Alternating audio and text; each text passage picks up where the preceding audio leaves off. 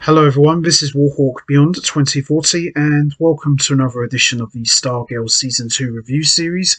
And today I am going to be talking about Episode 4, Summer School Chapter 4, which I have just finished watching.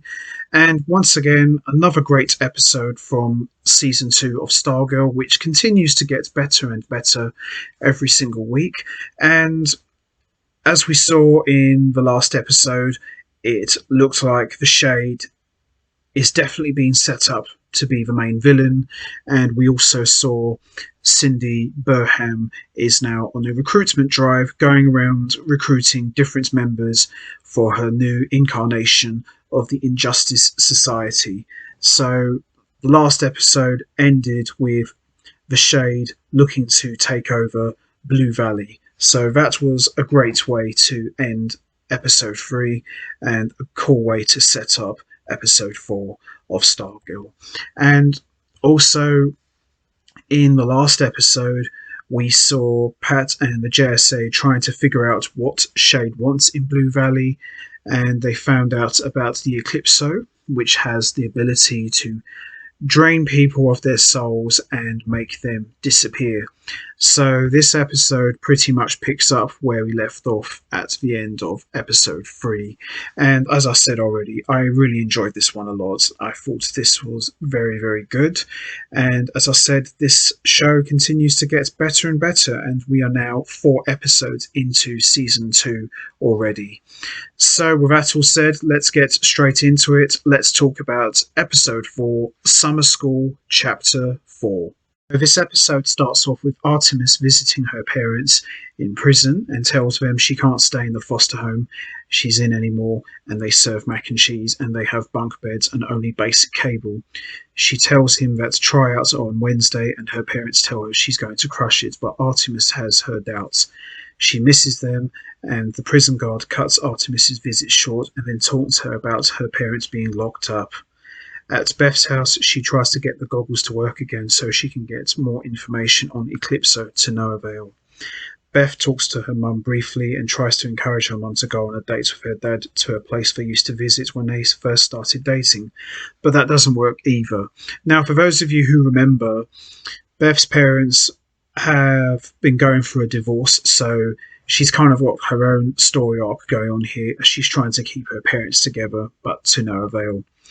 So we see the goggles, which were originally left by Dr. Midnight, finally bring up a file on Eclipso, but the file is marked confidential. At the Whitmore Duggan house, Barbara is freaked out about Eclipso, and she and Pat try to decide what to tell the kids about the villain when Courtney comes in and tells them that the goggles warn them about Eclipso, but the files are confidential. Pat reluctantly tells her that Eclipso is real, evil, imprisoned in the Black Diamond, and that the Shade is looking for him. Pat also explains that Eclipso can get into people's heads and make them see things that are not there, and that he's also made people do things out of their own will. The longer Eclipso is active, the more powerful he becomes. What the Shade wants with Eclipso is unknown, and Courtney reassures her mum that she won't rush into dealing with this evil right now. Meanwhile, in the ISA lair, Cindy tells Eclipso that she's still upset about her stepmother's death, but Eclipso says it's not really about her stepmother. Cindy then sees her deceased mum and hears her plead with her not to hurt her. Cindy demands that Eclipso make that go away. Eclipso tells Cindy that she needs to put the past behind her and that he only desires what she desires. The next day we see Artemis's foster mum drop her off at school with a pretty sad processed food lunch and doesn't pay any attention to Artemis, threatening to no longer accept calls from her parents when Artemis asks for lunch money to get something decent to eat.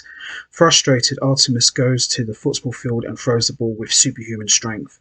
Later, Courtney offers her an apple, but Artemis crushes it and storms out. On his paper route, we see Mikey sees a headline about Crusher and Paula breaking out of prison and is confronted by them. They take him hostage, and at school, Rick takes another exam and gets another perfect score. The teacher apologizes to him for doubting him. He says it's okay because it is what everyone else does. Isaac Bowen sits alone at lunch and Cindy visits him, flattering him and offering to be his friend because she understands what he's going through, having lost her own parents. After getting a message from Mike, Pat goes to the shop where he's met by Crusher and Paula. They explain they aren't there for revenge, they're in town to support Artemis for her football tryouts and they want Mike's help. He takes them home and Barbara isn't thrilled. Crusher suggests to Pat that he start training Mike. They all make small talk. Crusher tells Pat he and his wife never really fit in with the ISA, but when Pat mentions the Shade, he has nothing nice to say about him. Paula shames Barbara for her food options, but they sort of bond a little bit about their daughters being stubborn. The JSA does research and finds out that Eclipso is from Diablo Island, but it was taken off the map a long time ago because no one ever came back. One of the tribes on the island summoned an evil entity of vengeance and trapped it in the Black Diamond. An explorer, Bruce Gordon, went to the island and found that everyone had been dead for decades. Very little else is known. Courtney visits a place called the House of Secrets and asks for books on Bruce Gordon. She encounters the Shade and accuses him of wanting to team up with Eclipso.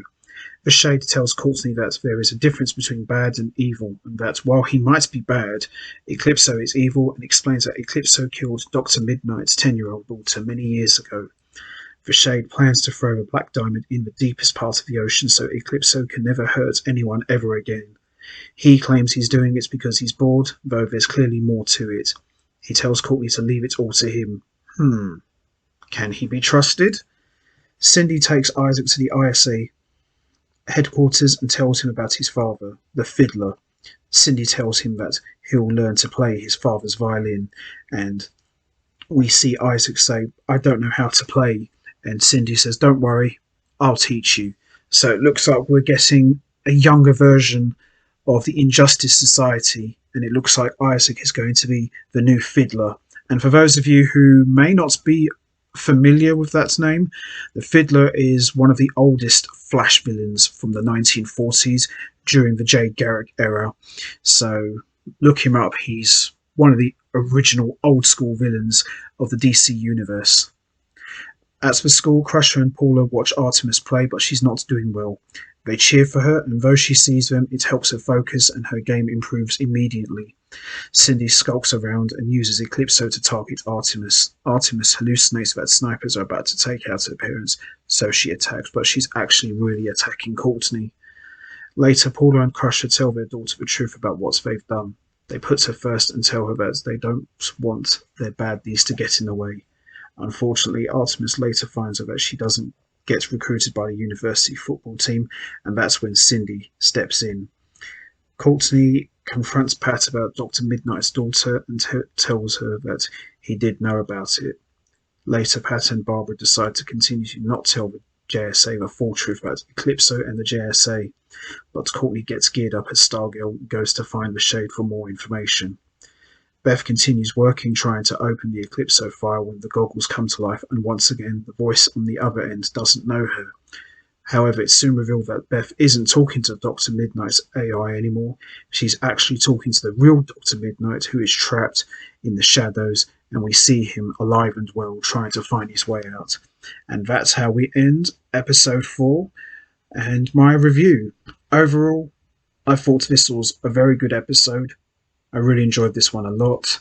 And, the idea of Dr. Midnight, the real one, being trapped, which looks like it's due to the Shade, was a very interesting twist. So I'm wondering how that's going to play. And also, it looks like to me that Cindy's new incarnation of the Injustice Society is slowly starting to take shape, because we now see a new version of the Fiddler has been recruited. So it's going to be very interesting to see how that's going to play out. So that's going to be it from me. I'm going to wrap this up now. What's your thoughts on episode 4? Did you enjoy it? Do you think Shade can be trusted? Do you think he's secretly an ally trying to help Courtney and the JSA? And also, what about the real Dr. Midnight being trapped on the other side? Do you think Beth will be able to get him out somehow? And also, what's your thoughts on Cindy recruiting Isaac to be the new Fiddler? Who else do you think could join this new version of the Injustice Society? You know what to do, guys. Hit the like button, hit the subscribe button, leave your thoughts and comments down below, And I will see all of you next time for another edition of the Stargirl Season 2 review series, where I am going to be talking about Episode 5, which I am very much looking forward to talking about, especially with the way this one ended. So until next time, take care, everybody, and stay safe. And once again, thanks for listening.